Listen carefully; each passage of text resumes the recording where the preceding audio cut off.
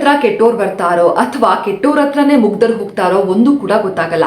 ನಾನು ಯಾಕೆ ಇದನ್ನ ಹೇಳ್ತಾ ಇದ್ದೀನಿ ಅಂತ ಅಂದ್ರೆ ಸ್ಮೃತಿ ಮಂದಾನ ಹಾಗೇನೆ ಪಲಾಶ್ ಮುಚ್ಚಲ್ ಅವರ ಮದ್ವೆ ಮುರಿದಿರೋದ್ರ ಬಗ್ಗೆ. ಹೌದು, ನವೆಂಬರ್ 23ರಂದು RCB ಮಹಿಳಾ ತಂಡದ ನಾಯಕಿ ಸ್ಮೃತಿ ಮಂದಾನ ಹಾಗೇನೆ ಸಂಗೀತ ನಿರ್ದೇಶಕ ಪಲಾಶ್ ಮುಚ್ಚಲ್ ಅವರ ಮದ್ವೆ ನಿಶ್ಚಯ ಆಗಿತ್ತು. ಹಿಂದಿನ ದಿನ ಅಷ್ಟೇ ಪಲಾಶ್ ಅವರು ಸ್ಮೃತಿ ಮಂದಾನ ಅವರನ್ನ ಕ್ರೀಡಾಂಗಣಕ್ಕೆ ಕರ್ಕೊಂಡು ಹೋಗಿ ಸರ್ಪ್ರೈಸ್ ಆಗಿ ಪ್ರಪೋಸ್ ಕೂಡ ಮಾಡಿದ್ರು. ಹಾಗೇನೆ ನವೆಂಬರ್ 23ಕ್ಕೆ ಮದ್ವೆ ಕೂಡ ಇರುತ್ತೆ. ಹಿಂದಿನ ದಿನ ಹಳದಿ ಶಾಸ್ತ್ರ ಎಲ್ಲ ಆಗಿರುತ್ತೆ. ಶ್ರೇಯಾಂಕ ಪಾಟೀಲ್ ಅವರೆಲ್ಲ ಹಳದಿ ಶಾಸ್ತ್ರದಲ್ಲಿ ಕೂಡ ಮಿಂಚಿದ್ದ ಫೋಟೋಸು ವಿಡಿಯೋಗಳು ಕೂಡ ವೈರಲ್ ಆಗಿತ್ತು. ಸಂದರ್ಭದಲ್ಲಿ ಸ್ಮೃತಿ ಮಂದಾನ ಅವರು ತಮ್ಮ ತಂದೆಗೆ ಹೃದಯಾಘಾತ ಆಗಿದೆ, ಹೀಗಾಗಿ ಮದುವೆಯನ್ನ ಮುಂದೂಡಿಕೆ ಮಾಡಿದ್ದೇವೆ ಅಂತ ಹೇಳ್ತಾರೆ.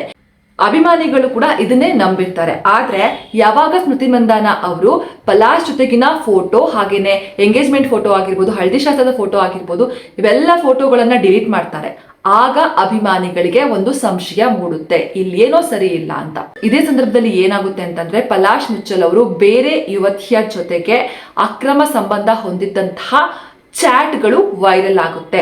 ಇದೆಲ್ಲ ಗೊತ್ತಾಗಿನೇ ಸ್ಮೃತಿ ಮಂದಾನ ಅವರು ಮದುವೆಯನ್ನ ಮುಂದೂಡಿದ್ದಾರೆ ಅಂತ ಹೇಳಲಾಗ್ತಾ ಇದೆ.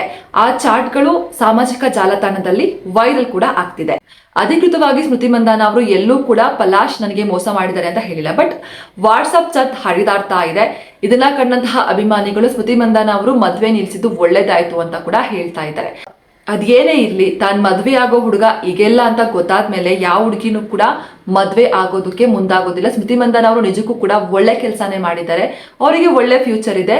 ಬಟ್ ಹೆಸರು ಹಾಳು ಮಾಡ್ಕೊಂಡಿದ್ದು ಆತನ್ನೇ. ಯಾವುದೇ ಹುಡುಗ ಆಗ್ಲಿ ಹುಡುಗಿ ಆಗ್ಲಿ ನಂಬಿಸಿ ಕುತ್ತಿಗೆ ಕುಯ್ಬೇಡಿ. ಸೊ ಪಲಾಶ್ ಅವ್ರಿಗೆ ತನ್ನ ಮದುವೆ ಮುರಿದು ಬಿದ್ದಿರೋದ್ರಿಂದ ಇದೊಂದು ದೊಡ್ಡ ಪಾಠ ಅಂತಾನೆ ಹೇಳ್ಬೋದು. ಬಟ್ ಸ್ಮೃತಿ ಮಂದಾನ ಅವರ ಜೀವನಕ್ಕೆ ಒಳ್ಳೇದಾಗ್ಲಿ. ಅವ್ರು ತಗೊಂಡಿರೋ ಡಿಸಿಷನ್ ನಿಜಕ್ಕೂ ಕೂಡ ಚೆನ್ನಾಗಿದೆ. ಎಲ್ಲ ಹೆಣ್ಮಕ್ಳು ಕೂಡ ಇದೇ ರೀತಿ ಸ್ಟ್ರಾಂಗ್ ಆಗಿ ಇರಬೇಕು.